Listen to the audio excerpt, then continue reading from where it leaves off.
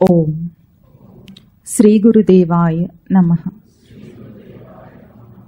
ఓం సల్లక్షణ సమారంభాం చిదానందేతి మధ్యమాం అస్మదాచార్య పర్యంతాం వందే గురు పరంపరాం. ఓం శ్రీ గురుదేవాయ నమః.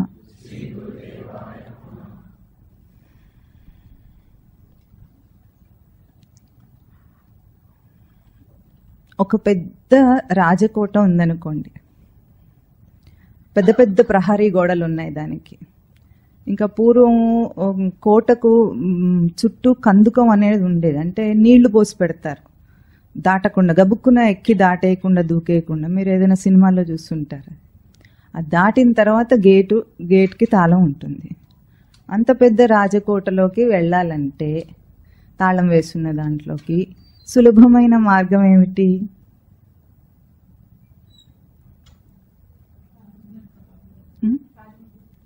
రాజముద్రిక. ఇంకా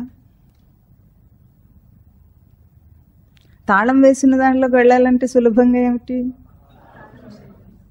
తాళం చెవి ఉండాలి, అంతే. సింపుల్ కదా. అట్లాగే జిజ్ఞాస అనేది తాళం చెవి. దేనికి? తన స్వరూపాన్ని గుర్తించటానికి, ఈ సృష్టి యొక్క రహస్యాన్ని తెలుసుకోవటానికి. మనం ప్రయత్నం అదే చేస్తున్నాం కదా. సృష్టిలో ఏముంది, తనలో ఏముంది, తన రచన ఏమిటి, అది తెలుసుకోవటానికి ఏం కావాలి? ముందు జిజ్ఞాస. అది జిజ్ఞాస ఏకైక అర్హత మనిషికి. మనిషి జన్మను ఎత్తిన తర్వాత జిజ్ఞాస ఉంటే చాలు. ఇంకేమైనా క్వాలిఫికేషన్స్ అంటే పక్కగా తర్వాత వాడికి స్త్రీయా పురుషుడా, వయసు ఏమిటి, బ్రాహ్మణుడా క్షత్రియుడా, సదాచారపరుడా కాదా, ఇవన్నీ కూడా సప్లిమెంటరీ ఫ్యాక్టర్స్. భాష, సంస్కృత భాష వచ్చా రాదా, ఇవన్నీ తోడ్పడతాయి, దానికి ఉపయోగపడతాయి. కానీ అవే క్వాలిఫికేషన్స్ కాదు. ముఖ్యమైన క్వాలిఫికేషన్ ఏమిటి? జిజ్ఞాస. మరి మీ అందరికీ తాళం చెవి దొరికిందా? దొరికిందా లేదా? జిజ్ఞాస ఏమైనా పుట్టిందా లేదా? కావాల్సింది అదే కదా. ఏమంటారు మరి? నవ్వు ఊరుకుంటే పుట్టిందా లేదా చెప్పాలి కదా. అంటే గట్టిగా చెప్పలేకపోతున్నారు, అంటే ఇంకా చిన్న చిన్నగా పుడుతూ ఉందన్నమాట, అంతేనా? జిజ్ఞాస కొద్దిగా ఉందంటే ఇంకా పెరగాలి. ఇప్పుడు కొద్దిగా జిజ్ఞాస ఉంటే ఏమవుతుందంటే, ఒక దీపం వెలిగించారనుకోండి ప్రమిదలో, అప్పుడు కూడా వెలుగుతుంది, జ్యోతి వస్తుంది, కాంతి ఉంది దానికి. కానీ దానికి ఒక అవాంతరం ఏముంటుంది? గట్టిగా గాలి వీస్తే ఏమవుతుంది? ఆరిపోతుంది. అదే అగ్నికి, ఇప్పుడు అడవిలో దావాగ్ని ఉందనుకోండి, కారు చిచ్చు అంటారు కదా, ఆ అగ్నికి గాలి వీస్తే ఏమవుతుంది? పెరుగుతుంది, అంటే ప్రజ్వలిస్తుంది. అదే గాలి చిన్నగా ఉన్న దీపాన్నేమో ఆర్పేయగలిగింది, బాగా మండుతున్న దాన్ని అయితే పెంచుతుంది. అది జిజ్ఞాస కొద్దిగా ఉన్నప్పుడు ఎట్లా ఉంటుందంటే, అంటే ఇప్పుడిప్పుడే సాధనకు రావాలనుకుంటున్నాడు, సాధకుడు అవుదాం అనుకుంటున్నాడు. అప్పుడు గాలి వీచిందనుకోండి, అంటే సంసారంలో ఏవో కష్టాలు ఒడిదుడుకులు వచ్చినాయి అనుకోండి, టక్కున ఆపేస్తాడు. నాకు సాధన వద్దు, ఏమొద్దు అని వదిలేస్తాడు. అంటే సమర్థత సరిపోద్ది దానికి. అదే సాధకుడిగా స్థిరమైనాడు అనుకోండి, అప్పుడు ఏమవుతుంది? అదే గాలి వీస్తే వీడి సాధన ఇంకా పెరుగుతూ ఉంటుంది. అంటే ఒడిదొడుకులు కష్టాలు వచ్చిన కొద్దీ వాడికి ఎట్లా ఉంటుంది? వాటిలోంచే తాను ఎదుగుతాడు. అప్పుడు అదే ఆ దావాగ్ని అంతా అడుగునంతా కాల్చేస్తుంది ఎట్లాగో, అదే గాలి ప్రభావం వల్ల సంసారం అంతా కూడా కాలిపోయేది దానివల్లనే. అంటే ఇప్పుడు ఏం చేయాలి? జిజ్ఞాసను పెంచుకోవాలి. పెంచుకుంటే అప్పుడు అది స్థిరం అవుతుంది. అంతదాకా మాత్రం దానికి రక్షణ అవసరం అవుతుంది, అంతేనా? రక్షించాలి కదా. మరి చిన్న దీపం పెడితే మనం దాని చుట్టూ చిమ్నీ పెట్టాల్సి వస్తుంది. ఆ చిమ్నీ ఏమిటి? ఇప్పుడు జిజ్ఞాస ఇప్పుడే మొదలయ్యింది, ఇంకా సాధకుడు అవుదాం అనుకుంటున్నాడు, ఒక్క అడుగు కూడా ముందుకు వేయలేదు. అంటే ఇప్పుడు ఏం చేయాలి? చిమ్నీ పెట్టాలి. ఆ చిమ్నీయే మొట్టమొదటి రోజు మనము ఒక మాట చెప్పుకున్నాం, శ్రవణము మననము నిధిధ్యాసనం అని. నిత్యము శ్రవణం, అది ఎట్లా ఉండాలంటే చెవులో గింగురుమని మోగాలి. ఒకసారి విన్న ఏదైనా తత్వం ఉంటే ఆ చెవులో మోగుతూనే ఉండాలి. ఆ మోగినప్పుడు అది మననం అవుతూ ఉంటుంది. ఆ మననం అయిన తర్వాత గట్టిపడుతుంది. అంతదాకా శ్రవణం ఆపకూడదు. మన వల్ల అవుతుందా కాదా అన్న సంశయంతో చాలామంది సాధకులు లోకంలో ఆపేస్తుంటారు. కానీ దాన్ని రక్షించుకుంటే గనుక అది దావాగ్ని అవుతుంది. సంసారంలోనే స్వరూపం దాగి ఉంది, ఎక్కడో దాగి లేదు. స్వరూపంతోనే సంసారంలో ప్రవర్తిస్తున్నాడు. ఇప్పుడు సంసారం కాలిపోతుందో మిగిలేదే ఉంటుంది, స్వరూపమే. కనుక ఇప్పుడు మీకు అందరికీ అభ్యాసం ఇస్తే మీరు మొదలు కూడా పెట్టడం లేదు. పెట్టారా? ఎవరైనా పెట్టారా? ఎంతమంది పెట్టారు? Very good. ఈసారి కొన్ని చేతులు ఎక్కువ ఉన్నాయి. అయితే పెట్టిన వాళ్ళతో తర్వాత మాట్లాడతాను. ఇప్పుడు ఇక్కడ ఇంతగా ఇన్సిస్ట్ చేస్తున్నది ఎందుకంటే 2 విషయాలు. ఒకటేమో మీరు తెలుసుకోవాలి. తెలుసుకొని మీలో ఎంతమందికి పిల్లలు ఉన్నారు? తల్లిదండ్రులు ఎంతమంది ఉన్నారు ఇక్కడ? చాలామంది ఉన్నారు. పెళ్లి కాని వాళ్ళు ఎంతమంది ఉన్నారు? పెళ్ళయి పిల్లలు పుట్టని వాళ్ళు ఎంతమంది ఉన్నారు? ఒకడే. సరే, ఎందుకు అడుగుతున్నానంటే ఇప్పుడు ఇక్కడ మీరు తెలుసుకున్న విషయాలను పిల్లలకు చెప్పటం అనేది తల్లిదండ్రుల కర్తవ్యం. ఎందుకంటే లోకం గుడ్డిగా బ్రతుకుతోంది. ఎవరికి ఏం తెలిసి బ్రతుకుతున్నట్టు లేదు. మరి అందరూ ప్రయత్నం చేస్తున్నారు, బాగా చదువులు చదివిస్తున్నారు, అన్నీ చేస్తున్నారు. కానీ తానెవరో తనకు తెలియకుండానే ఎట్లా? ఇది తల్లిదండ్రులు అంటే చాలా గొప్ప బాధ్యత. పిల్లల్ని ఎట్లాగొట్లాగా కనేసి ఎట్లాగొట్లాగా పెంచేయటం కాదు. అది అట్లా పెంచటానికి మనుష్య జన్మ కాదు. కనుక ఏం చేయాలి? ముందు మీరు తెలుసుకున్న దాన్ని మీరు ప్రాక్టికల్గా ఒకసారి అనుభవిస్తే తర్వాత వాళ్ళకి చెప్పటానికి ఉంటుంది. అంటే మీకు అది నిశ్చయం అయితే అది ఏదైతే ఇప్పుడు బోధ వింటున్నారో అది మీకు నిశ్చయం అయితే మీరు పిల్లలకు చెప్తారు. చెప్పినప్పుడు జీవితము అస్తవ్యస్తంగా ఒడిదుడుకులతో ఎట్లాగో అట్లాగో గడపటం కాకుండా విజ్ఞానాత్మకంగా గడపాలి. ఇప్పుడు రాబోయే జనరేషన్కి అది చాలా అవసరం కూడా. ఎందుకంటే ఈ లోకంలో ఉన్న టెన్షన్ అంతా కారణం ఏమిటనుకుంటున్నారు? ఈ బయట సమస్యల వల్ల కానే కాదు. అది బయట సమస్యల వల్ల మనిషి బాధపడటం లేదు. అసలు మనిషికి తనెవరో తనకు తెలియకుండా తన వ్యవస్థ తనకు అర్థం కాని బాధ ఉంది, కానీ దాన్ని హ్యాండిల్ చేయటం రావట్లేదు. ముందు హ్యాండిల్ చేయటం రాకపోతే ఇప్పుడు ఈ కాలంలో ఎంతమంది పిల్లలకు డిప్రెషన్ అని అదని ఎంత వింటున్నామో దేనివల్ల వస్తున్నాయి అనుకుంటున్నారు? బయట చదువుల వల్ల కానీ బయట పరిస్థితి వల్ల కానీ కానే కాదు. అది లోపల ఉన్న దానివల్లనే బయట ఇది ప్రతిబింబిస్తుంది. అది వాళ్ళకి తెలియజేయటం మన కర్తవ్యం కదా. పిల్లలు అంటేనే తల్లిదండ్రి మీద ఆధారపడి ఉంటారు. వాళ్ళు ఏ చెప్తే అది సత్యం అనుకుంటారు. ఎందుకంటే వాళ్ళు ఇంకా సంసారాన్ని ఒప్పుకోలేదు. వాళ్ళు మారే అవకాశం చాలా ఎక్కువ ఉంటుంది. అదే ఒక బయాస్డ్ మైండ్ వచ్చిన పెద్దవాళ్ళు తొందరగా మారరు. ఎంతెంతగా ఏజ్ పెరుగుతూ ఉంటుందో వాళ్ళకి అనుభవాలు వచ్చినా కూడా మారరు. ఎందుకంటే వాళ్ళు అనుకున్న సిద్ధాంతాలన్నీ సత్యం అనుకుంటారు. వాళ్ళు లోకంలో వాళ్ళు ఒప్పుకున్నదంతా సత్యం అనుకుంటారు. వాళ్ళు మారరు. కానీ చిన్నపిల్లలని మౌల్డ్ చేసేటప్పుడే మొక్కయి వంగందే మానయ్య వంగదు అంటారు కదా. ఆ మొక్కను పెంచేటప్పుడే సరిగ్గా పెంచాలి. ఆ బాధ్యత మీరందరూ తీసుకోవాలని ఇంతగా ఇన్సిస్ట్ చేస్తున్నా. ఎందుకంటే మీరు ముందు కొద్దిగానైనా మారితే పిల్లల దాకా వెళ్ళొచ్చు. అది అవసరమా కదా? మీరు ఒప్పుకుంటారా లేదా దాన్ని? కనుక ఇప్పుడు పెళ్లి చేసుకోబోయే వాళ్ళు కూడా ఒకటి బాగా విచారణ చేయాలి. అసలు ఏం చేయబోతున్నారో తెలుసుకుని పెళ్లి చేసుకోవాలి.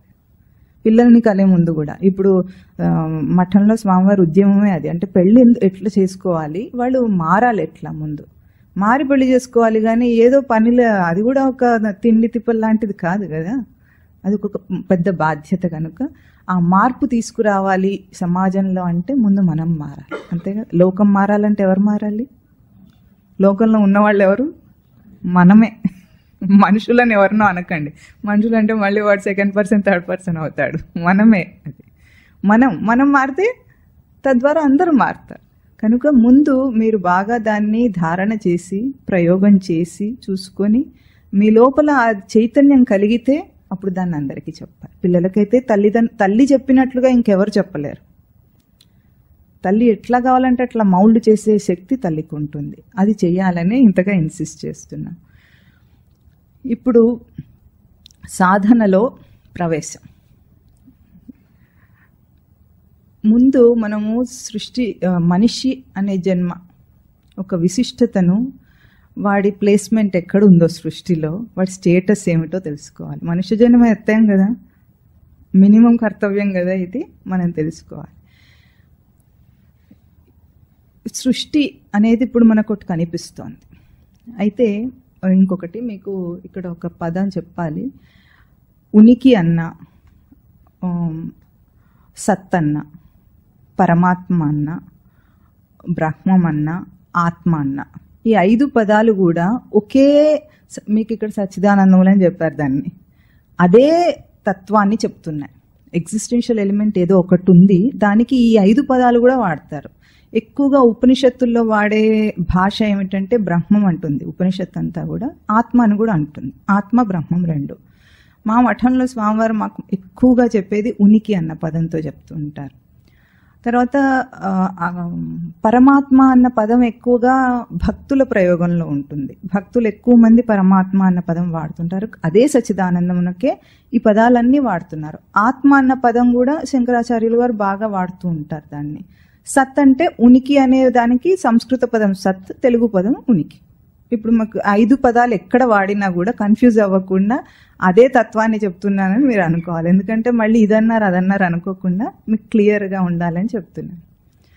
ఇప్పుడు సృష్టి జరిగింది అని మనం ఇప్పుడు చూస్తున్నాం, విశాలమైన సృష్టిని చూస్తున్నాం. సృష్టికి ముందు ఏముంది అంటే సత్, ఉనికి మాత్రమే ఉంది. అంటే ఉండుట అన్న తత్వం, అది ఉండుట అన్న తత్వం మాత్రమే ఉంది. సృష్టిలో అది విడువబడింది అంటారు. అంటే సృష్టి అనే పదానికి అర్థం సృజ విసర్గే అని, అంటే విడువబడింది అని. ఉనికి సృష్టిలో విడువబడిందట. అది 3 రూపాల్లో వ్యక్తమైంది.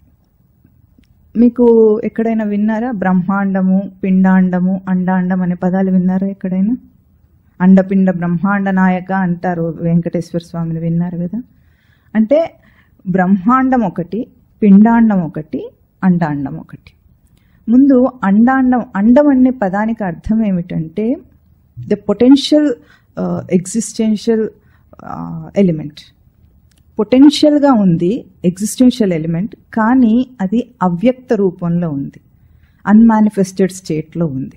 దాన్ని అండాండం అంటారనమాట. అంటే మొత్తం సృష్టి జరగటానికి ఇప్పుడు ఒక విత్తనం ఉందనుకోండి, దాంట్లో చెట్టు రావడానికి ఎంత పొటెన్షియాలిటీ ఉందో అదంతా అందులో ఉంది. కానీ చెట్టు ఉన్న రూపంలో లేదు, అక్కడ పొటెన్షియల్ రూపంలో ఉంది. చెట్టు రూపమేమో విస్తారంగా మనకు వేరుగా కనిపిస్తుంది.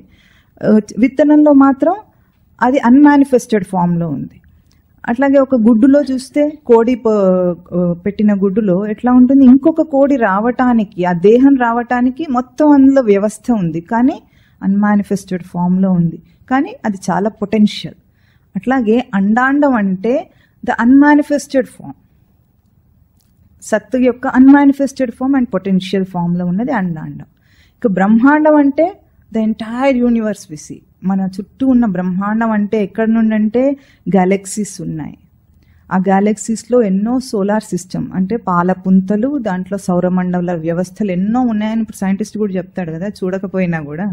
అది శాస్త్రం ఎప్పుడో చెప్పింది. ఎన్నో సౌరమండల వ్యవస్థలు ఉన్నాయి, అందులో అన్ని సూర్యుళ్ళు, చంద్రుళ్ళు, నక్షత్రాలు, భూములు, ఎన్ని సౌరమండలాలు ఉంటాయి అన్ని భూములు ఉంటాయి, అన్ని గ్రహాలు అన్నీ ఉన్నాయి, అంత వ్యవస్థ అంతా ఉంది. ఈ భూమి మీద మనం చూస్తున్న చరాచర ప్రాణులు, జడ ప్రాణులు, చైతన్య ప్రాణులు అన్నీ ఉన్నాయి కదా. ఇది ఎంటైర్ యూనివర్స్ అంతా కూడా ఒక అండ రూపంలో ఉన్న బ్రహ్మము. బ్రహ్మమే అండ రూపంలో ఉంది. అంటే ఎంటైర్ యూనివర్స్నే ఒక అండం అంటోంది ఇక్కడ శాస్త్రం. అంటే ఆ టోటల్ పొటెన్షియాలిటీ ఏదైతే చిన్న గుడ్డులో ఉంది అని మనం అన్నామో, అదే ఈ బ్రహ్మాండం అంతా వ్యాపించి ఉంది. బ్రహ్మ శబ్దానికి అర్థమే బృహి వృద్ధో ధాతు, అంటే ఎక్స్పాండెడ్ ఫామ్. అది విశాలంగా వ్యాపించి ఉన్న రూపం ఈ బ్రహ్మాండం. ఆ బ్రహ్మాండంలోనే మనం ఉన్నాం. అయితే పిండాండం అంటే ఏమిటంటే అదే ఒక ఇండివిజువల్ బీయింగ్గా ఒక పిండ రూపంలో ఏర్పడింది. పిండం అంటే మీకు పిండ ప్రదానం చేసేటప్పుడు ఆ పదం తెలుసు కదా. పిండం అంటే ఒక ముద్దగా చేయటం, సంఘాతం చేయటం అంటారు దాన్ని. పిడి సంఘాతే ధాతు దానికి. అంటే ఒక ముద్దగా చేసి, ఇప్పుడు ఇంత గోధుమ పిండి ఉందనుకోండి, దాంట్లోంచి ఒక పూరి చేయాలంటే ఏం చేస్తాం? ఒక్క ముద్ద తీసుకొని దాన్ని ఒక ముద్ద చేస్తాం. ఇప్పుడు మొత్తం పిండిలో ఉన్నదంతా కూడా ఆ ముద్దలో ఉందా లేదా? అట్లాగే ఈ ఇండివిజువల్ బీయింగ్స్ అని ఏవైతే మనం అందరం దేహాలతో కనిపిస్తుందో అది పిండాలు. మనం పిండాలం అన్నమాట. ఇప్పుడు పిండం అంటే తద్దినంలో పెట్టే పిండం కాదు, అన్ని జీవరాశులు పిండాలే. అయితే ఏమిటి, ఇప్పుడు బ్రహ్మాండంలో ఏది ఉందో, అండాండంలో ఏది ఉందో, the entire design is with us. ఇప్పుడు మన లోపల మొత్తం రచన ఉంది, మొత్తం పొటెన్షియాలిటీ ఉంది, కొంచెం కూడా తక్కువ లేదు. ఇప్పుడు ఒక గోధుమలో ఉన్న సారము గోధుమ పిండిలో ఉంటుందా? ఆ గోధుమ పిండిని ఒక ముద్ద చేస్తే పెద్ద ముద్దలో ఉంటుందా? మరి చిన్న చిన్నగా పూరి చేసినా అదే ఉంటుందా లేదా? దాంట్లో వేరే తేడా ఎట్లా రాదో అట్లాగనమాట. అంటే మొత్తం ఈ బ్రహ్మాండము, పిండాండము, అండాండము అన్నీ కూడా ఒకే సత్యమైన రచనతో ఉన్నాయి, 3 ఫామ్స్లో ఉన్నాయి. అయితే ఈ బ్రహ్మాండం దగ్గరకు వచ్చినప్పుడు దాంట్లో ఇందాక ఏం పదం వాడానంటే జడము, చైతన్యము, చరములు, అచరములు. జడం అంటే ఏమిటంటే ఇప్పుడు సూర్యుడు ఉన్నాడు, చాలా తేజోవంతంగా వెలుగుతూ ఉంటాడు, కానీ జడమే అంటాం. చంద్రుడు, నదులు, పర్వతాలు ఇవన్నీ కూడా జడములు అంటున్నాం. ఎందుకు అంటున్నాం అట్లా అంటే అవి వాటి ఉనికిని అవిని గ్రహించగలవు, కానీ మనకు ఎక్స్ప్రెస్ చేయలేవు. అవి ఆ గ్రహింపు తనకు తాను ఉందో లేదో మనకు తెలియదు. సృష్టిలో ఉన్నప్పుడు ఉంటుంది, కానీ అవి ఎక్స్ప్రెషన్ ఫామ్లో లేవు. అంటే గ్రహింపు లేకుండా ఉంటే జడం అంటాం. ఇప్పుడు ఇవన్నీ జడ వస్తువులు ఎట్లాగో, ఎందుకు జడమైనవి అవన్నీ కూడా? వాటి ఉనికి వాడికి గ్రహింపులో లేదు కనుక అవి జడములు అంటున్నాం. అవే చైతన్యం అంటే ఎట్లాగూ ప్రాణులన్నీ చైతన్యమే, అంటే ఉనికిని వ్యక్తం చేయగలవు.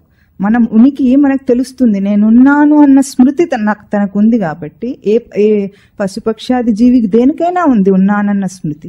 ఇప్పుడు ఇదేమైంది? చైతన్యమైంది. అంటే దాంట్లోనేమో దానికి తెలియటం లేదు, తెలియనంత మాత్రాన లేదని కాదు అర్థం. అంటే దానికి కూడా ఒక కఠోపనిషత్తు ఒక మంత్రం చెప్తుంది. ఏమంటారంటే అగ్నిర్యథైకో భువనం ప్రవిష్టః రూపం రూపం ప్రతిరూపో బభూవ ఏకస్తథా సర్వభూతాంతరాత్మ రూపం రూపం ప్రతిరూపో బహిశ్చ. అంటే అగ్నిని ఉపమానంగా చూపిస్తున్నారు అక్కడ. అగ్నికి 4 లక్షణాలు ఉన్నాయి. ఎవరైనా చెప్పగలరా?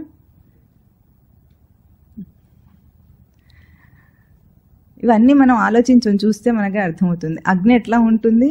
ఒక కట్టెను ఆవరించింది అనుకుంటే, కట్టె కాల్చామనుకోండి, కట్టెను ఆవరించినప్పుడు అగ్ని శిఖల రూపంలో ఉంటుందా? ఒకటి శిఖల రూపం. వెలుగు రూపంలో ఉంటుందా? వెలుగు కూడా వస్తుంది. వేడి వస్తుందా? వేడి కూడా వస్తుంది. పొగ వస్తుందా? పొగ కూడా వస్తుంది. ఈ 4 లక్షణాలు అగ్నికి ఉన్నాయి. ఇప్పుడు కట్టెను కాలుస్తున్నప్పుడు ఈ 4 కనిపిస్తున్నాయి మనకు, అవునా? మరి ఇదే అగ్ని నీటిని ఆవరించింది అనుకోండి, అంటే నీళ్లు వేడి చేసినప్పుడు అగ్ని ఉంది అందులో, అక్కడ ఎన్ని రూపాలు కనిపిస్తాయి?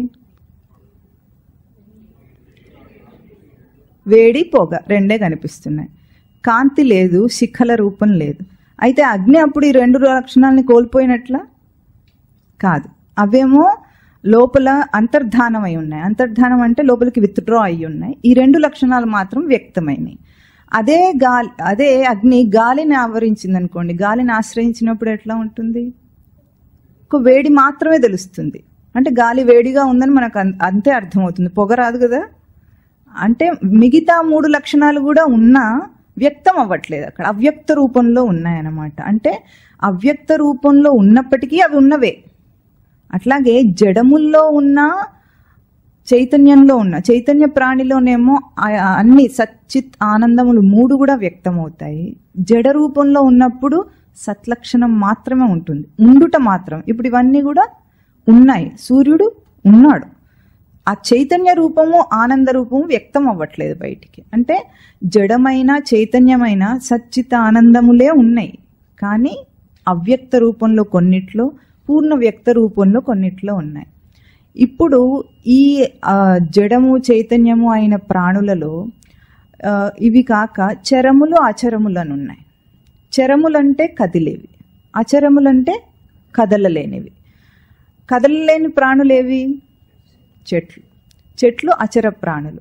అవి ఎదుగుతున్నాయి గనుక చైతన్యం ఉంది వాటికి, కానీ సత్ చైతన్యం 2 ఉన్నా కూడా ఆనందం అంటే ఏమిటంటే తన సమృద్ధ రూపాన్ని వ్యక్తం చేయగలగటానికి అది సమర్థంగా లేదు. దానికి ఉంది చైతన్యం, నేనున్నానన్న స్మృతి ఉంటుంది, అది ఎదుగుతోంది, కనిపిస్తోంది మనకు ఎదుగుదల. కానీ అది నేనున్నానన్నట్లుగా వ్యక్తం చేయలేకపోతుంది, ఆనంద రూపం పూర్తిగా ఎదగలేదు అక్కడ. కానీ చరప్రాణులు అంటే ఎట్లాగంటే, ఇంకొకటి చర శబ్దానికి గతి భక్షణం అంటే ప్రవర్తించగలదు, ఆ ప్రవర్తించిన ప్రవర్తనను అది గుర్తించగలదు అన్నమాట. ఇప్పుడు చెట్టుకి అది లేదు. కదిలే ప్రాణులు అన్ని, పశుపక్షాదులు ఇంకా మిగతావన్నీ, వాటన్నిటికీ కూడా ఏముంది? సత్ చిత్ ఆనందములు 3 ఉన్నాయి. ఎందుకంటే నేనున్నానని వాటికి గుర్తింపు ఉంది, అవి ప్రవర్తించగలవు, ప్రవర్తించిన దాన్ని వ్యక్తం కూడా చేయగలవు. ఇది చరప్రాణి. అచర ప్రాణులు చరప్రాణులు, జడములు చైతన్యములు, బ్రహ్మాండం అంతా ఉంది ఇవి, ఈ 4.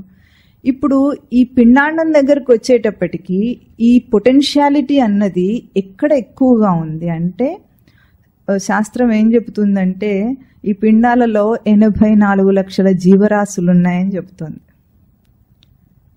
84 లక్షల జీవరాశుల గర్భాలు ఉన్నాయి, అన్ని యోనుల్లో జీవుడు తిరుగుతూ ఉంటాడట. దాంట్లో మనిషి ఒక్కడు వేరు, మిగతా 83,99,999 ఉన్నవన్నీ కూడా మనిషి కంటే వేరైనవి. అంటే మనిషి విశిష్టత ఏమిటో మనం ఇప్పుడు తెలుసుకుంటున్నాం, ఎందుకంటే మనం మనిషి జన్మని ఎత్తాం కాబట్టి. ఈ జీవుడు అనేవాడు ఎవడున్నాడో వీడి అన్ని యోనులలో తిరగాడుతూ వచ్చి చివరిగా మానవ జన్మకు వచ్చినవాడు.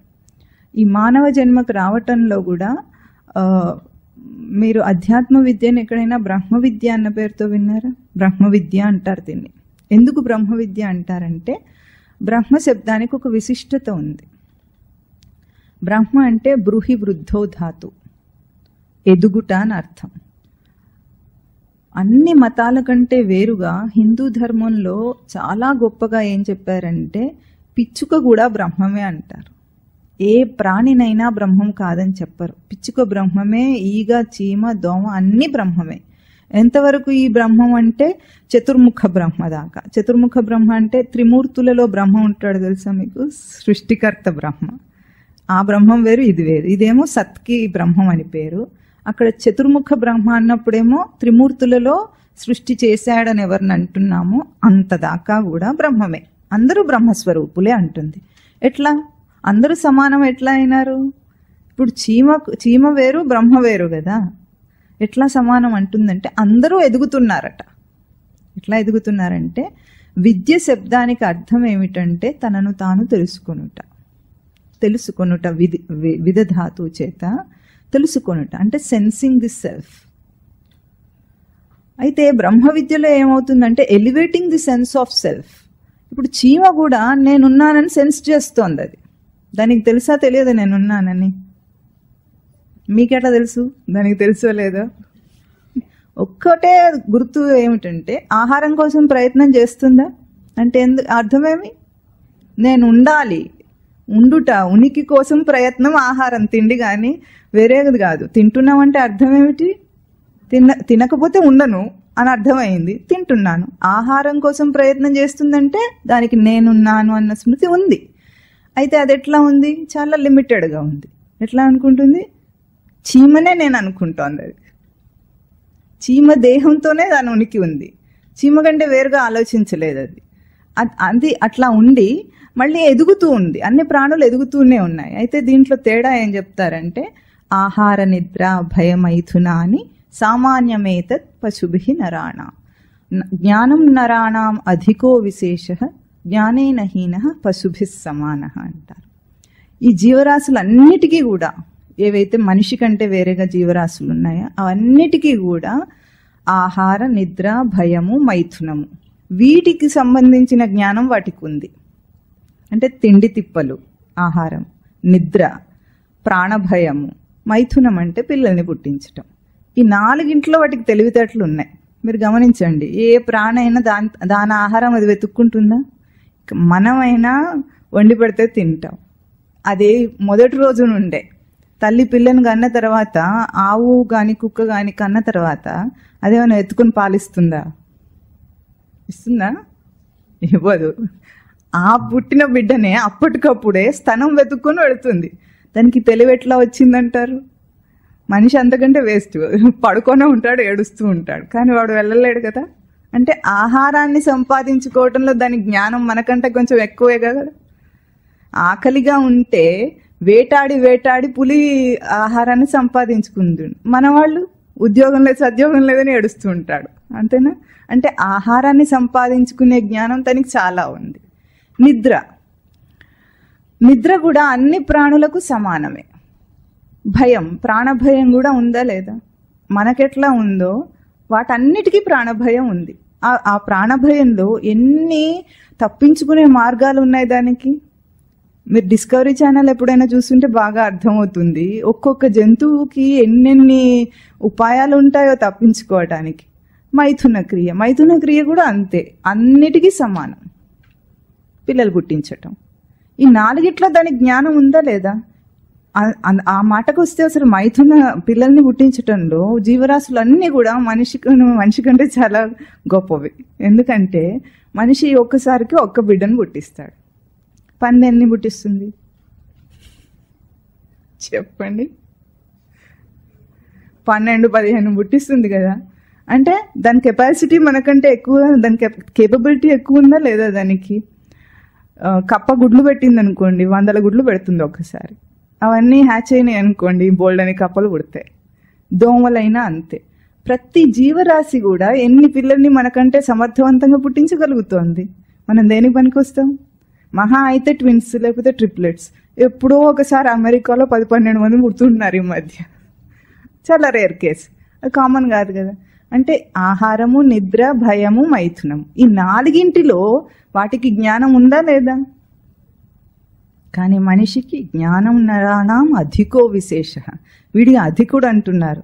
ఏమిటి వీడికి అధికమైన జ్ఞానం ఏముందంటే తన స్వరూపాన్ని తాను ధారణ చేయగలిగిన జ్ఞానం వాడికి ఒక్కడికే ఉంది, ఇంకెవరికి లేదు. ఏ జీవరాశి అయినా సరే తన స్వరూపం యొక్క స్మృతిని గుర్తించను లేదు, దాన్ని ధారణ చేయను లేదు. ఇది మనిషి జన్మ యొక్క విశిష్టత. అంటే మానవ జన్మను ఎత్తిన తర్వాత తెలుసుకోకపోతే ఎట్లా? మనిషి జన్మ యొక్క విశిష్టత, జన్మలో ఏం చేస్తున్నాడన్నది తెలియాలా లేదా? అందుకు ఈ జీవరాశులన్నిట్లో కూడా మనిషి అంత గొప్పవాడు. అయితే మనిషి యొక్క ప్రెజెంట్ స్టేటస్ ఎట్లా ఉందంటే, ఇప్పుడు మనిషికి 2 ఆకర్షణలు ఉన్నాయి, 2 వైపులా. ఒకటేమో వెనుక ఎన్ని జీవరాశుల గర్భాల్లో జన్మలను ఎత్తొచ్చాడో అవన్నీ ఆకర్షణలు లాగుతున్నాయి. అంటే ఆ బుద్ధులన్నీ ఉన్నాయి ఇంకా వాడికి, అటువైపు లాగుతోంది. ఇంకొకటేమో ఇన్బిల్ట్గా ఎదిగే లక్షణం ఉంది కనుక వాడికి ఆ సచిదానందముల స్మృతిని ధారణ చేసే లక్షణం వీడికి లోపల ఉంది గనుక, అంటే ఇప్పుడు మహాత్ములు మహనీయులు అయ్యేదాకా ఎదగటానికి వాడికి అవకాశం ఉంది గనుక అటువైపు కూడా లాగుతోంది. 2 ఆకర్షణలు ప్రబలంగా ఉన్నాయి వీడికి. ఒకటి కిందికి లాగేస్తుంది, ఒకటి పైకి లాగుతుంది. అయితే కిందికి లాగే దాంట్లో ఎట్లా ఉంది? ఇప్పుడు మనిషిని చూస్తే ఎదుగుతున్నాడా, దిగజారుతున్నాడా ఎట్లా తెలుస్తుంది మనకు? ఇప్పుడు ఎవరైతే మనుషులు సామాన్యంగా తిండి తిప్పల కోసమే బ్రతుకుతూ జీవితం అంతా పిల్లల్ని గంటం పోషించటం ఇదొక్క పనే చేస్తుంటే వాడికి ఉన్న అధికమైంది ఏమిటి? అక్కడ జ్ఞానం నరానాం అధికో విశేష అన్నప్పుడు ఏమిటి? తనను తాను తెలుసుకోవటం అనే ఆ అంశమునకే రాకపోతే, సందేహమే రాకపోతే పశుభి సమాన జ్ఞానేన హీనః పశుభి సమాన అన్నాడు. అంటే వాడు పశువుతోనే సమానం.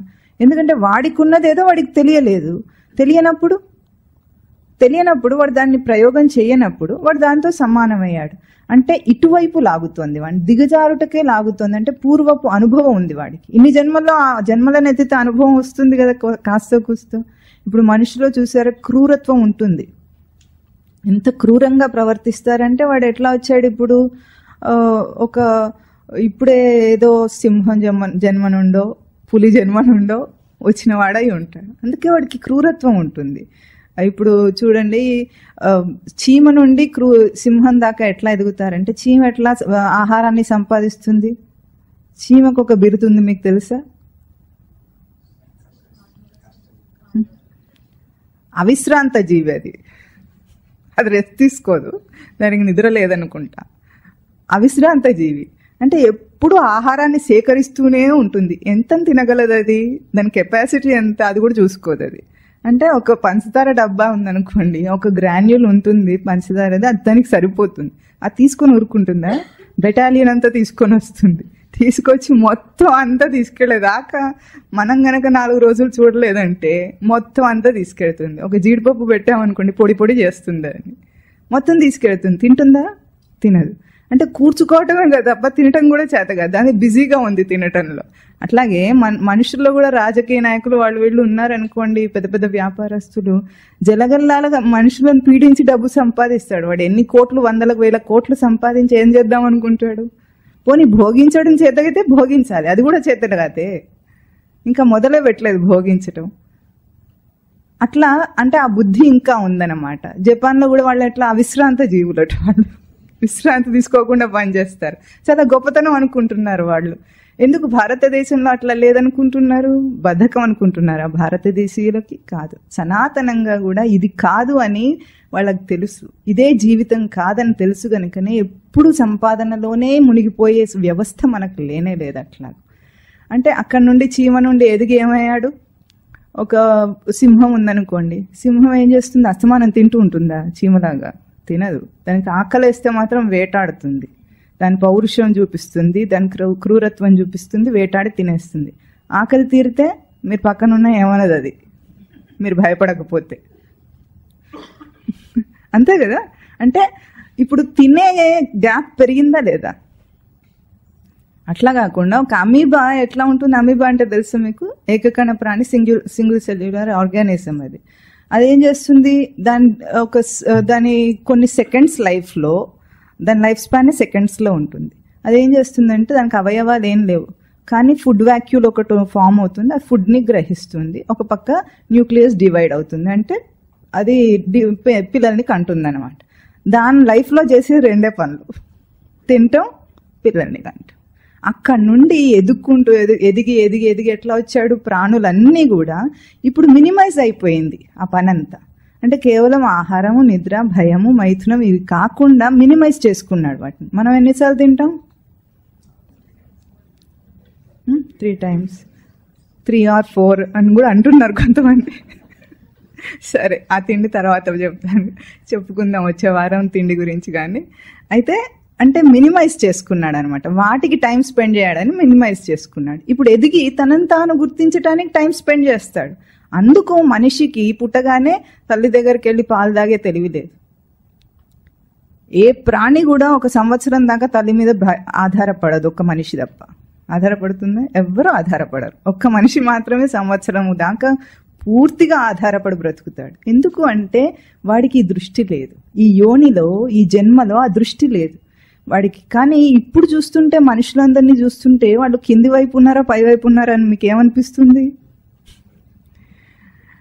గత జన్మలో ప్రాణుల జన్మలలో వచ్చిన వాసనలు ఎక్కువగా ఉన్నాయా, లేదా ఒక ఎదిగి మహాత్ముడిగా ఎదిగి మనుష్యత్వాన్ని దాటి దైవత్వాన్ని పొందే వైపుగా వాడి ప్రయాణం ఉందా అంటే చాలా మంది 99% కిందకే జారుతూ ఉన్నాడు వాడు. ఎందుకంటే ఆకర్షిస్తుంది, వాడికి హాయిగా కూడా ఉంది. ఈ మధ్యలో ఉన్న మనిషికి ఏముంటే అంతర్మథనం ఉంది వాడికి. ఎందుకంటే వాడికి ఒక కేపబిలిటీ, సామర్థ్యం ఉంది, అది చెయ్యాలి. ఇప్పుడు చేయటానికి he's due to do it. అది చేయటానికి ఉంది కనుక వాడిలో ఒక అంతర్మథనం, ప్రేరణ ఉంది, పైకి ప్రేరేపణ ఉంది, మనకు ఎదగాలనే ప్రేరేపణ ఉంది. అది మెటీరియలిస్టిక్ గా ఆలోచించి ఎదుగుతున్నాడు ఇటేటో. కానీ అసలైన ఎదుగుదల జరగటం లేదు వాడికి. జన్మకి ఏదైతే ఉందో ఆ ఎదుగుదల జరగటం లేదు. అంటే ఈ అంతర్మథనాన్ని అనుభవిస్తున్నాడు మనిషి. ఇప్పుడు మనిషి ఈ అంతర్మథనాన్ని అనుభవిస్తున్నప్పుడు వాడు ఎందుకు ఇట్లా మథన పడుతున్నాడంటే ఒకటే రీజన్, దానికి వాడికి ఉన్న డిజైన్ వాడికి అర్థం కావటం లేదు, దాన్ని హ్యాండిల్ చేయలేకపోతున్నాడు. హ్యాండిల్ చేయలేకపోయినప్పుడు ఎట్లా ఉంటుంది, దేనికి వాడతాడో తెలియదు. ఒకప్పుడు సెకండ్ వరల్డ్ వార్ తర్వాత ఒక యుద్ధంలో వాడిన హెలికాప్టర్ అట బర్మాలో ఒక అడవిలో ఒక ఆటవిక తండా ఉంటుంది కదా, ఆటవికులు ఉండే తండా, అక్కడికి వెళ్ళి పోయిందట, చిక్కుకుంది. అది వాళ్ళందరికీ, వాళ్ళ ఆటవికులు, వాళ్ళకి పెద్దగా ఏమీ తెలివి లేదు కనుక దీన్ని చూసి ఏమనుకుంటారు వాళ్ళు, ఇది ఒక బండి అని అర్థమైంది. చక్రాలు చూసి వాళ్ళకి అంతే అర్థమైంది. వాళ్ళకి ఎడ్ల బండి మాత్రమే తెలుసు, ఇంకేం తెలియదట. వీళ్ళు ఏం చేశారు, ఏదో ఒక ప్రయత్నం చేసి బండిని వాడుకోవాలనుకొని ఆ హెలికాప్టర్ని ఏం చేశారంటే 2 ఎడ్లు కట్టారట దానికి. కట్టి ఎడ్ల బండి కంటే కొంచెం బాగుంటుంది కదా దానిపైన బాడీ అంతా కూడా, అది బాగుందని చాలా మురిసిపోతూ వాడుకుంటూ ఉన్నారట. చాలా రోజులు అట్లాగే గడుస్తూ ఉంది. తర్వాత ఎప్పుడో సిటీ నుండి ఒక వ్యక్తి అక్కడికి వెళ్ళాడట. అక్కడికి వెళ్ళిన తర్వాత వాడు చూసి ఇదేమిటి హెలికాప్టర్కి ఎడ్లు కట్టారు వీళ్ళు అనుకున్నట్ట. అనుకునేటప్పటికి ఇది ఎడ్ల బండి కాదు, మీరు తప్పు చేస్తున్నారు, దీనికి ఎడ్లు కట్టే అవసరమే లేదు, అదే నడుస్తుంది దానికి అదే అని. వీడికి ఎంత తెలివి ఉందంటే, వీడికి హెలికాప్టర్ జ్ఞానం లేదు, కానీ బస్సులు కార్లు అవి తెలిసినాం, అంతవరకు తెలుసు వీడికి. వీడేం చేశాడు, ఎడ్లు విడిపించేసి దాన్ని ఎట్లాగట్లో స్టార్ట్ చేశాడు. అది భూమి మీద తిరుగుతూ ఉంది. చాలా ఆనందపడిపోయారట అప్పటికి. ఎందుకు, ఎడ్లు లేకుండా తిరిగేస్తుందని ఆశ్చర్యం, ఆనందం 2 వాళ్ళకి. అట్లా తిరుగుతూ ఉండగా తర్వాత వీడు ఒకసారి సిటీకి వెళ్ళి ఇట్లాగే ఆగిపోతుంది కదా పెట్రోల్ అయిపోతే, తర్వాత సిటీకి వెళ్ళినప్పుడు నేను మళ్ళీ ఈసారి కనుక్కొని వస్తానని చెప్పి వెళ్ళాడట. వెళ్ళి అక్కడ కనుక్కుంటే తర్వాత ఇట్లా దాని స్ట్రక్చర్ అంతా చెప్పేటప్పటికి అది కారు కాదు, బస్సు కాదు, అది హెలికాప్టరు, నువ్వు తప్పు చేస్తున్నావు అని ఒక పైలట్ ఎవరో పరిచయం అయి చెప్పాడు. వాళ్ళు ఇంధనం తీసుకొని వచ్చారు. దాంట్లో ఇంధనం పోస్తే ఏమైంది, అప్పుడు అది ఎగిరింది. ఎగిరేటప్పటికి ఇంకా ఆ అటవికులకు ఎట్లా ఉంటుంది, వాళ్ళ ఆనందము ఆశ్చర్యానికి అంతు లేదు. అట్లాగే మనుష్య జన్మలో మనం వాడుకుంటుందంటే ఎడ్లు కట్టి వాడుకుంటున్నాం హెలికాప్టర్కి, అంతే. ఇప్పుడు ఏదైతే స్పుట్నిక్లు వేసుకొని అంతరిక్షంలోకి వెళ్తున్నారో అది కూడా అంతే, అది కూడా అంతే లెక్క. అంటే వీడి సమర్థత తెలియదన్నమాట. సమర్థత చాలా గొప్పది. అంటే అన్లిమిటెడ్ సమర్థత ఉంటే దాన్ని చాలా పరిమితంగా వాడుకుంటున్నాడు వీడికి తెలియకపోతే ఇంకేం చేస్తాం. ఇప్పుడు ఆ అధ్యాత్మ విద్యలోకి వచ్చిన తర్వాత అట్లాగే అనిపిస్తుంది, ఎంత సైంటిస్ట్ అయినా వాడు ఏం గొప్ప కాదనిపిస్తుంది. ఎందుకంటే తెలివితోనే బ్రతుకుతున్నప్పటికీ ఆ తెలివి ఏమిటో తెలియదు కదా. తెలివి గురించి ఆలోచించకుండా తెలివితో వచ్చిన ప్రోడక్ట్ గురించి ఆలోచిస్తున్నాడు ఎంతసేపు. ఎక్కడి నుండి వచ్చింది అది? అట్లా లోపల ఒక ఊట ఉంది కదా తెలివిది, అది ఎక్కడి నుండి తోడుకుంటున్నాడు? ఆ నాన్ ఫిజికల్ ఎలిమెంట్ అసలు తెలియదు కదా తనకు. అందుకే మనిషి యొక్క సమర్థత తెలియాలి. ముందు వాడి రచన తెలియాలి, తర్వాత సమర్థత తెలియాలి, దాని లిమిటేషన్స్ కూడా ఉన్నాయి ఆ డిజైన్కి, ఆ లిమిటేషన్స్ కూడా తెలియాలి. ఈ 3 తెలియకుండానే దాన్ని హ్యాండిల్ చేయడానికి ప్రయత్నం చేస్తున్నాడు. అందుకే ఈ బాధ అంతా కూడా మనిషి అనుభవించే బాధ ఏమిటంటే అది. అయితే ఇప్పుడు ముందు తెలుసుకోవటంలో సాధన అన్న అంశం మొదలు పెట్టడానికి ముందు మీకు ఒక విషయం చెప్పాలి. ఏమిటంటే సాధనలో 3 అంశములు. ముందు సాధన పరిధి, సాధన కేంద్రం, ఈ 3 అంశములు అనుకోండి. ముందు పరిధిని ఇట్లా చెప్పవచ్చు, లేకపోతే సాధన శరీరము, సాధన యొక్క ఆత్మ, ఏదైనా ఒక వ్యక్తీకరణలో మీరు గుర్తుంచుకోవచ్చు. ఇప్పుడు ఏమిటంటే సాధన పరిధి అన్నప్పుడు ఏమొస్తుంది అందులో కంటే ముందు సాధనకు కావలసింది ఏమిటి, మనిషికి శరీరం. కాబట్టి ఈ శరీరాన్ని ముందు అర్థం చేసుకునే ప్రయత్నం చేద్దాం మనం. ఇప్పుడు ఈ గదిలో ఎంతమంది ఉన్నారు? దాదాపుగా 50 మంది ఉన్నారేమో, 60-50 మంది ఉండుంటారు. అంటే 50 శరీరాలు ఇక్కడ ఉన్నట్ట. అంతవరకు మనకు తెలుసా? ఇందులో కూడా డౌట్ ఉందా? ఏమో దీని వెనకాల ఏం చెప్తారో అనుకొని అసలు చెప్పటమే లేదు. కానీ తప్పట, ఒక మనిషికి ఒక శరీరం కాదు, ఒక మనిషికి 3 శరీరాలు ఉన్నాయని చెప్తోంది శాస్త్రం. అందుకే డిజైన్ తెలుసుకోమంటుంది. ఏమిటి? 3 శరీరాలు ఉన్నాయట. ఏమిటి? స్థూల శరీరము, సూక్ష్మ శరీరము, కారణ శరీరం. 3 శరీరాల మూట ఇది. ఇప్పుడు ఈ స్థూల శరీరము, సూక్ష్మ శరీరము, కారణ శరీరం అనేది ఒక టైప్ ఆఫ్ వ్యక్తీకరణ. ఇంకొక వ్యక్తీకరణలో ఏం చెప్తుందంటే పంచకోశాలు ఉన్నాయని చెప్తుంది. పంచకోశాల్లో మొదటిది అన్నమయ కోశము, మనోమయ కోశము, ప్రాణమయ కోశము, విజ్ఞానమయ కోశము, మనోమయ కోశము, ఆనందమయ కోశము. ఈ 5 కోశాలు. అంటే ఇదొక టైప్ ఆఫ్ వ్యక్తీకరణ. ఇంకొకటి ఇక్కడ 3 శరీరాలుగా చెప్పటం అన్నమాట. ఇవే ఇందులో కూడా ఉంటాయి. వివరంగా చెప్పినప్పుడు కోశాల రూపంలో చెప్పారు, శరీరంతో చెప్పినప్పుడు 3గా చెప్పారు. ముందు మనం తెలుసుకోవాల్సింది బయటది ఏమిటంటే స్థూల శరీరం. స్థూలం అంటే మీకు అర్థమైందా కొంచెమైనా? స్థూలంగా కనిపించేది అంతే. అంటే కంటికి కనిపించే స్థూలంగా ఉన్న ఆకారం స్థూల శరీరం. ఈ స్థూల శరీరం ఎట్లా ఉంటుంది? స్థూల శరీరం దేంతో ఏర్పడింది అంటే దానికి శాస్త్రం ఏం చెప్తుందంటే పంచమహాభూతాలతో ఏర్పడింది. ఎవరు చెప్పారు? పంచమహాభూతాలతో ఏర్పడింది. కరెక్ట్. ఎందుకంటే సృష్టి అంతా కూడా ఈ బ్రహ్మాండమైన పిండాండమైన పంచమహాభూతాలే ముందు. దానికి తర్వాత ఇంకా లోతుగా వెళ్ళినప్పుడు మనము ఆ పంచమహాభూతాల నుండి, ఆత్మ నుండి పంచమహాభూతాలు ఎట్లా వచ్చినాయో తెలుసుకుందాం. ఇప్పుడు ఇక్కడ స్థూల శరీరం మాత్రము శాస్త్రం ఏం చెప్తోందంటే అన్నరసేన భూత్వ అంటే అన్నరసం వల్ల కలిగినది. అన్నరసేనైవ అభివృద్ధిం ప్రాప్య, అన్నరసం వల్లనే పెరుగుతుందని.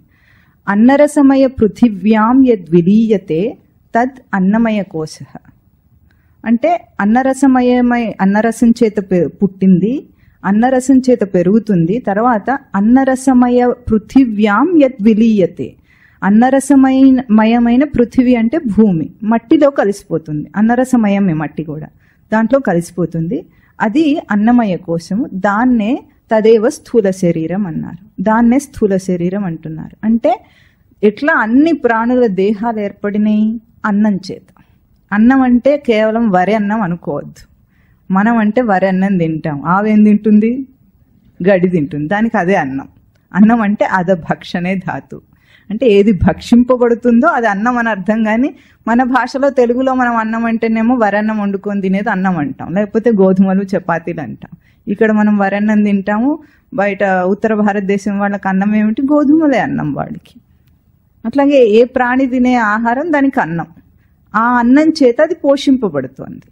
ఆ అన్నం చేతనే పోషింపబడి ఆ అన్నం చేతనే ఎదుగుతోంది. అంటే అన్నం తిన్నంతసేపు బలం ఉంటుంది మనకు, లేకపోతే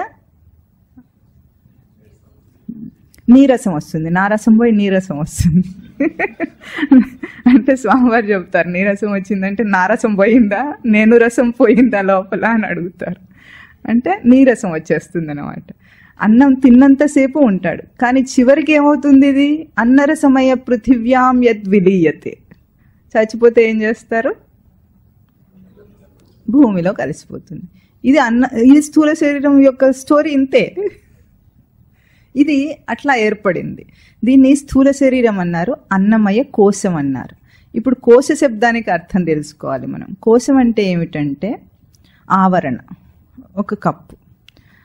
ఉదాహరణకు ఇప్పుడు మీరు కమలా పండు తిన్నారా ఎప్పుడైనా?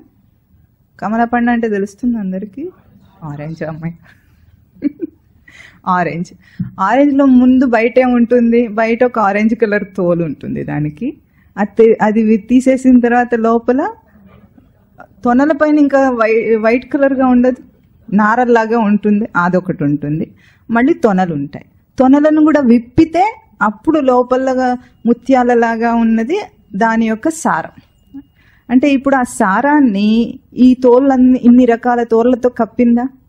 అట్లాగే ఈ దేహం లోపల ఉన్న ఆ ఉనికిని, ఆత్మను ఈ కోశాలతో కప్పిందట. అది కోశం అంటే అర్థం. అంటే కవరింగ్, అవుటర్ కవరింగ్.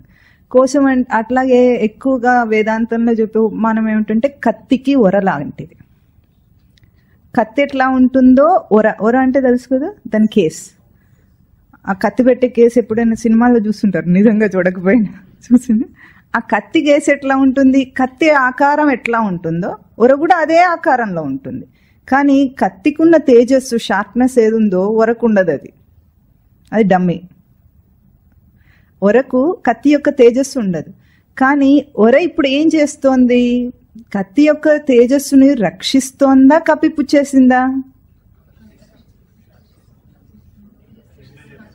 రెండు చేస్తుంది. అంటే కత్తిని రక్షిస్తూ ఉంది, కత్తి యొక్క తేజస్సుని, షార్ప్నెస్ని పోకుండా రక్షిస్తోంది, దాన్ని కప్పింది కూడా.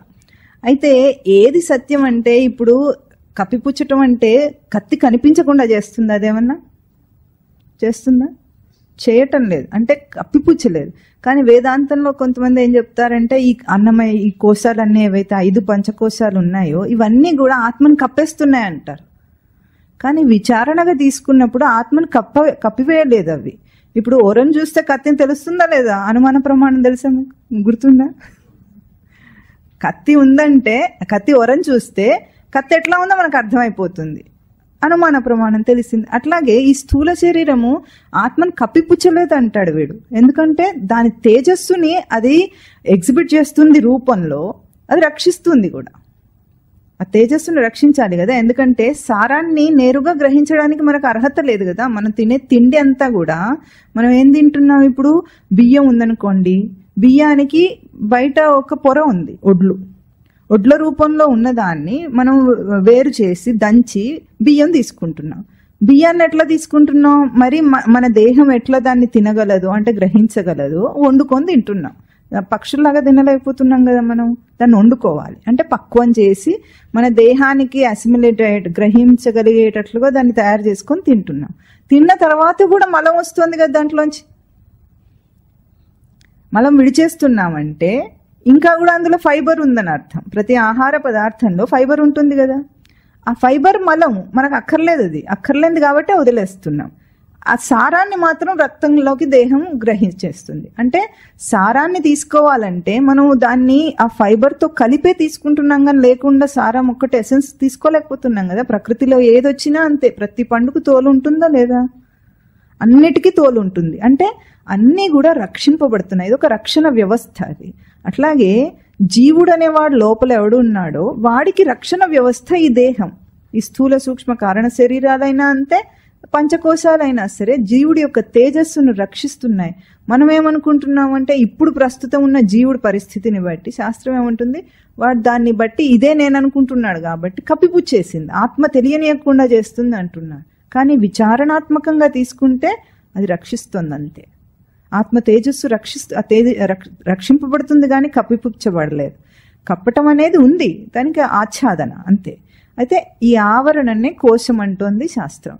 ఇట్లా ఎన్నున్నాయి? పంచకోశాలు ఉన్నాయి. ముందు అన్నమయ కోశమే స్థూల శరీరం, రెండు వేరు కాదు. అన్నమయ కోశమే స్థూల శరీరము. ఈ స్థూల శరీరం వల్ల దీంట్లో నిర్మాణం అయినప్పుడు అన్నరసం చేత ఏర్పడింది అన్నప్పుడు దీంట్లో సప్తధాతువులు ఉన్నాయంటుంది శాస్త్రం.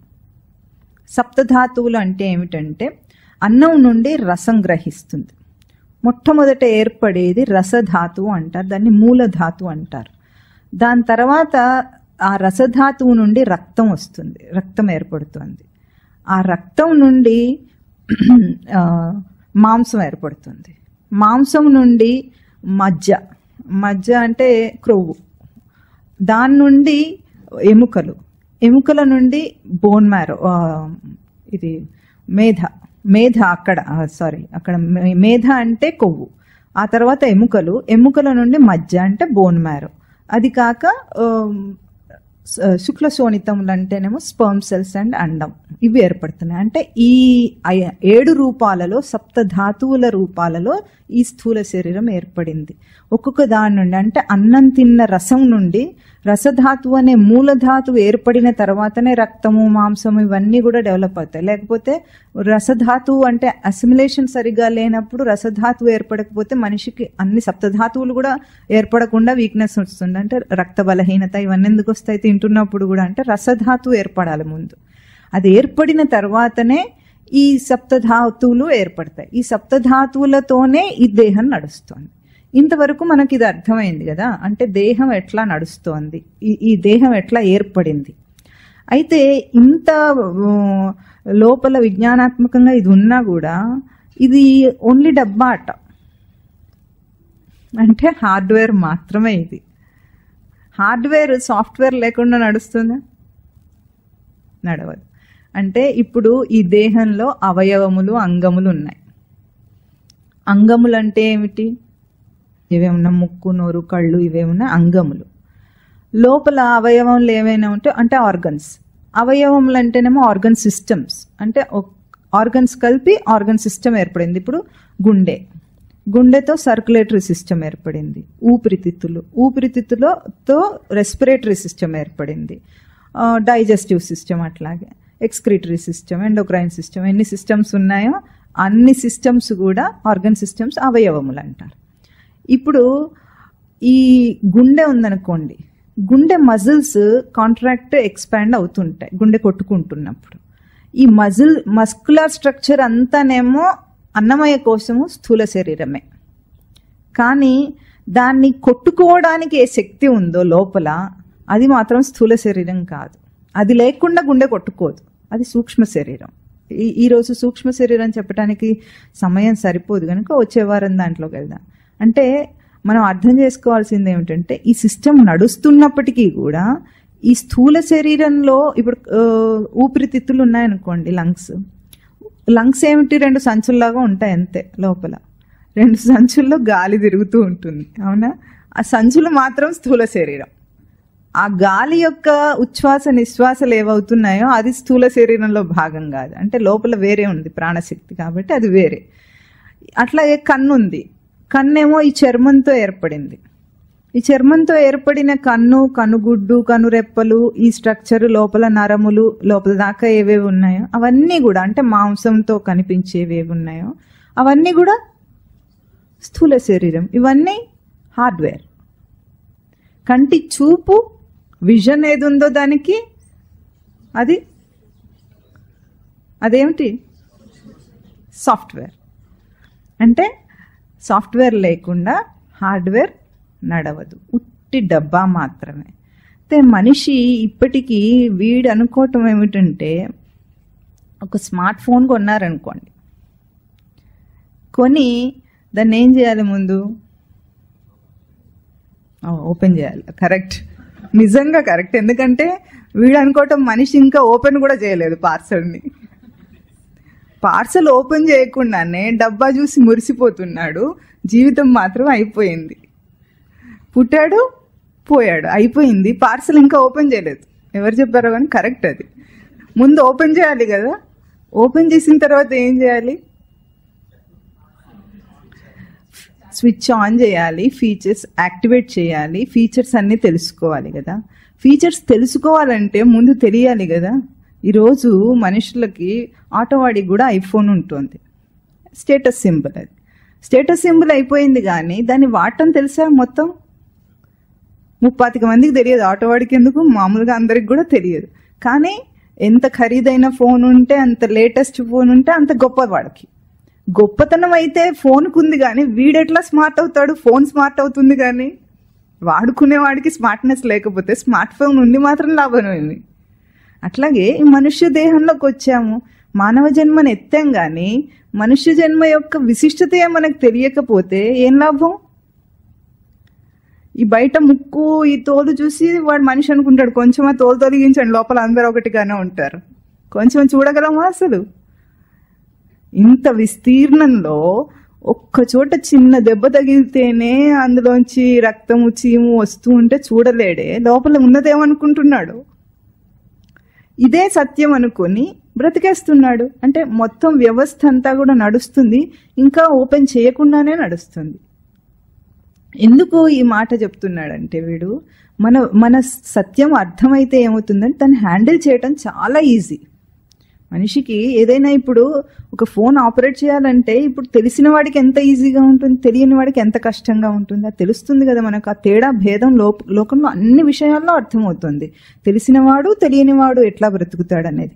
మరి మనిషి అనేవాడు తెలియకపోతే ఎట్లా? తెలుసుకోవాల్సిన బాధ్యత వాడికి ఉందా లేదా? ఇప్పుడు చిన్నపిల్లలకు మనం ఎంత విద్య నేర్పిస్తున్నామో బయట దాన్ని అంతా నేర్పిస్తాడు. హార్డ్వేర్, సాఫ్ట్వేర్, అన్ని కంప్యూటర్ గురించి అంతా నేర్పించేస్తున్నాడు కదా. మరి వాడి గురించే వాడికి చెప్పకపోతే అన్యాయమో కాదా?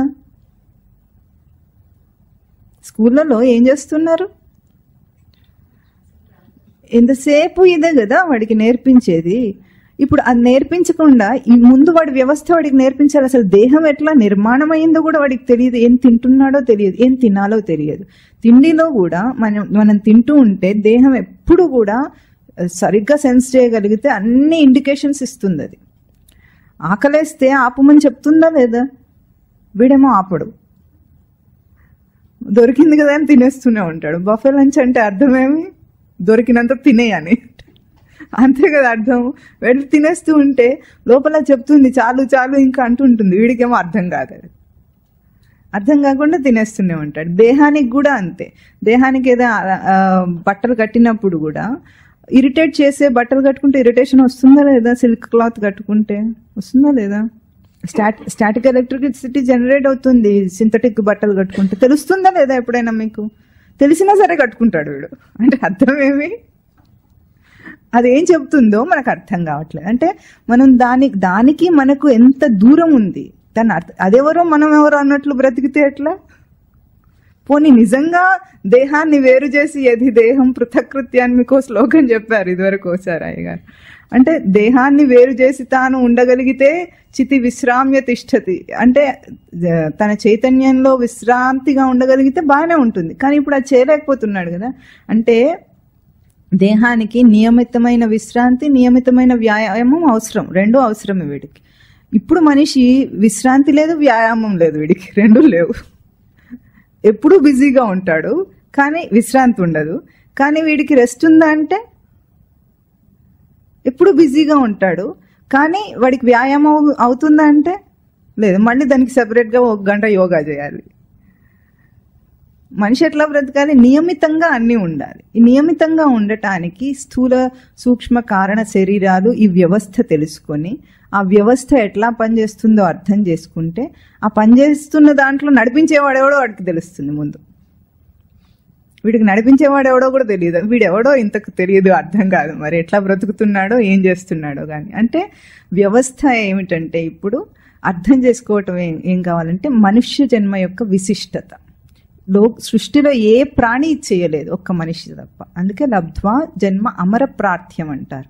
దేవతలు కూడా ఈ జన్మ కావాలని కోరుకుంటారు. ఎందుకంటే దేవతలకు ఎట్లా ఉంటుందంటే వాళ్ళ జన్మలో వాళ్ళు భోగిస్తే వాళ్ళ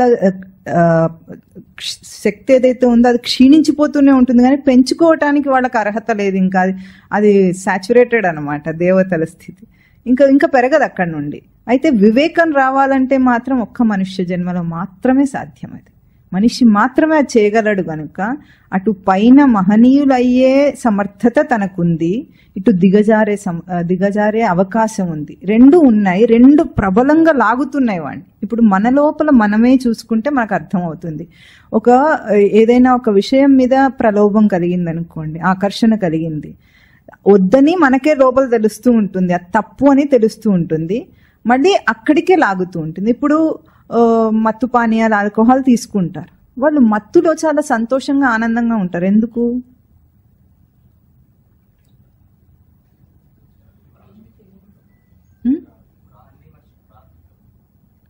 మత్తులో అసలు ఎందుకు మళ్ళీ మళ్ళీ రిపీటెడ్గా తీసుకుంటుంటారు?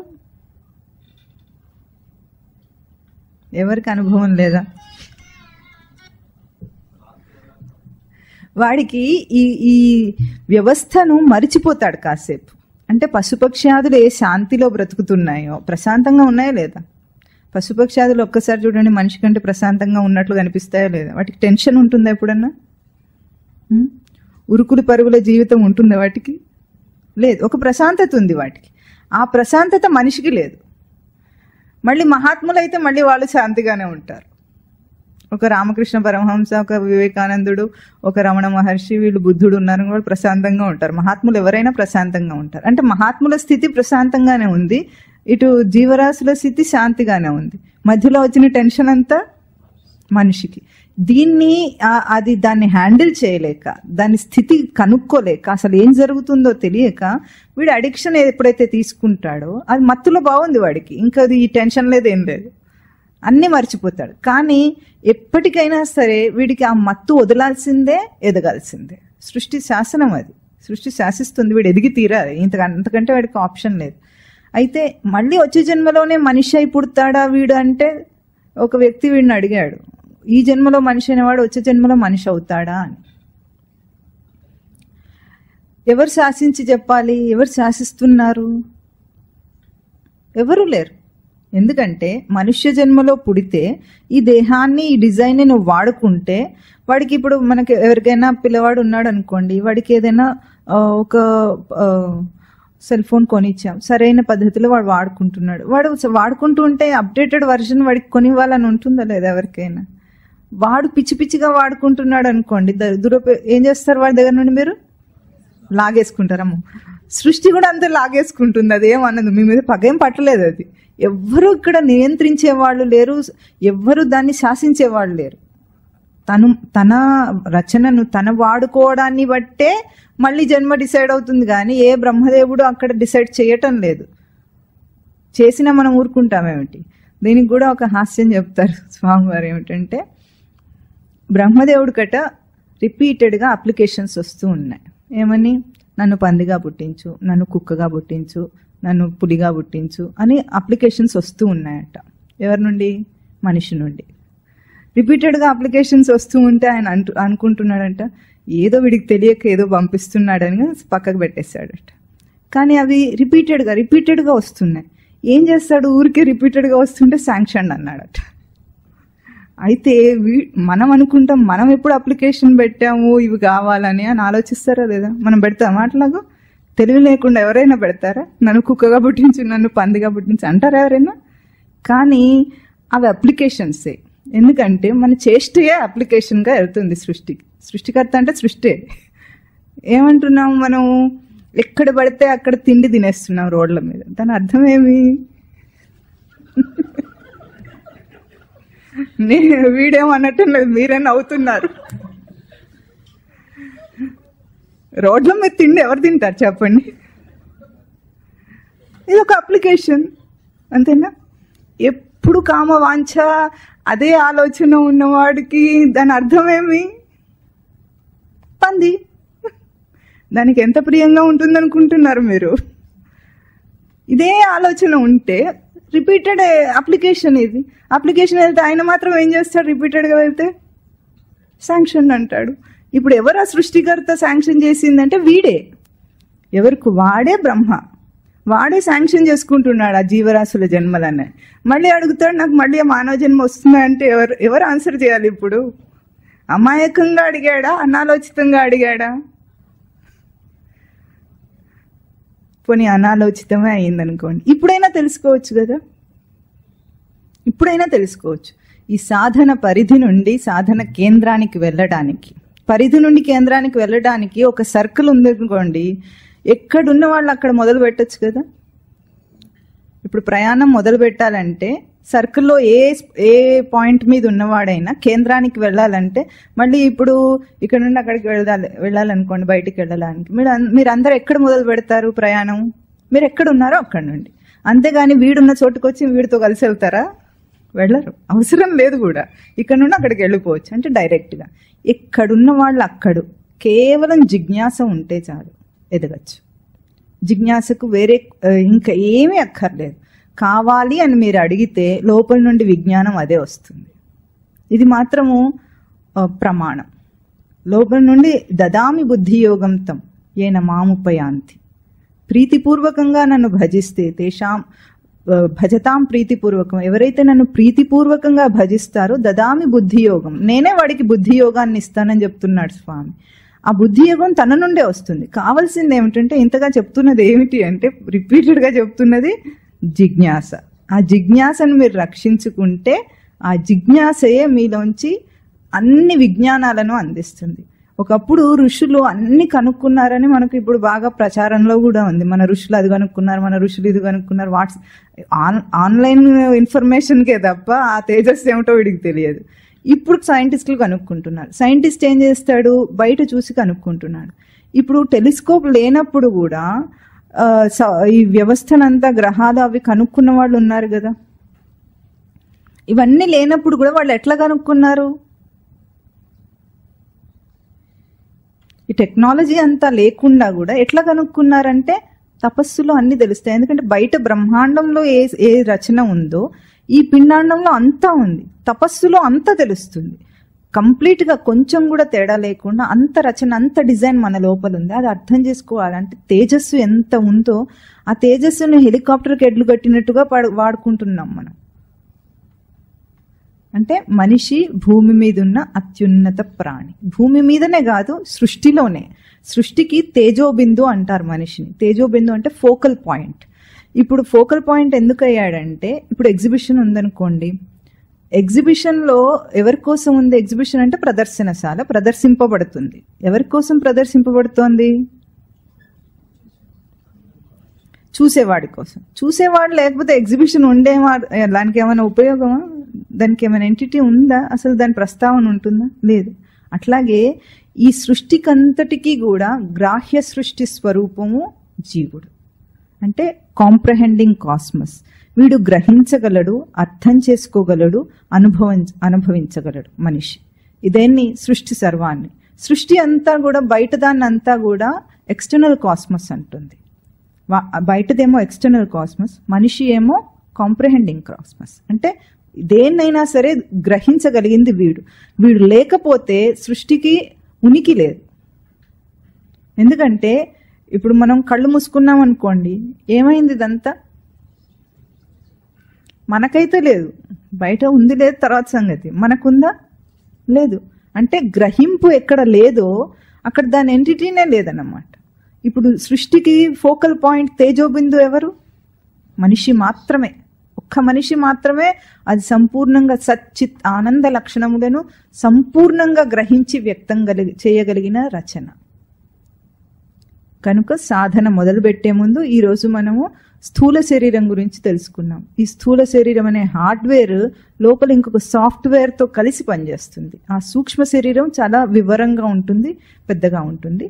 దాన్ని వచ్చే వారం తెలుసుకుందాం. ఈ రెండింటి యొక్క సైకోసోమాటిక్ రిలేషన్షిప్ అంటారు. సైకోసోమాటిక్ ప్రవర్తన, మనిషి ప్రవర్తన, ఇది మనం అర్థం చేసుకోవాలి. అప్పుడు హ్యాండిల్ చేయటం చాలా ఈజీ. సాఫ్ట్వేర్ హార్డ్వేర్ రెండు తెలిసిన తర్వాత ఏ రిపేర్ వచ్చినా మనమే చేసుకోగలం కదా, ఎవరి మీద ఆధారపడకుండా. కనుక ఈ రచనను తెలుసుకోవటానికి ముందు జిజ్ఞాసను రక్షించాలి. జిజ్ఞాస పోయిందనుకోండి, ఒక్క గాలి వస్తే దీపం ఆరిపోతుంది.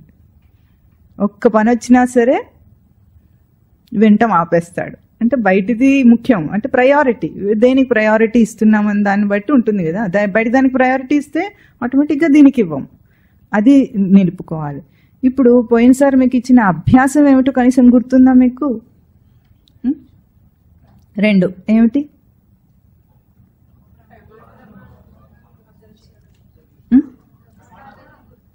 ప్రమాణాలు గుర్తించడం. అంటే ప్రతి ప్రవర్తనలో కూడా మనం గ్రహింపు ఏ ప్రమాణం మీద ఆధారపడి ఉంది? ప్రమాణాలు ఏమిటి?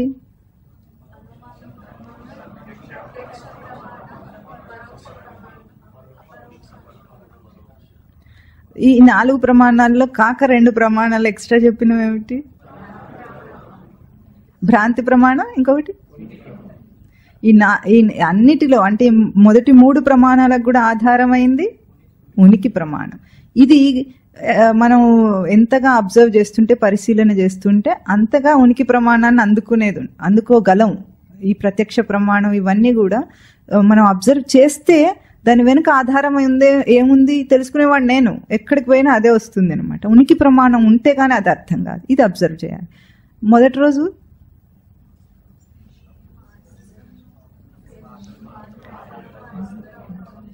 వెరీ గుడ్, చాలా బాగా గుర్తుంది మీకు అందరికీ, సంతోషం.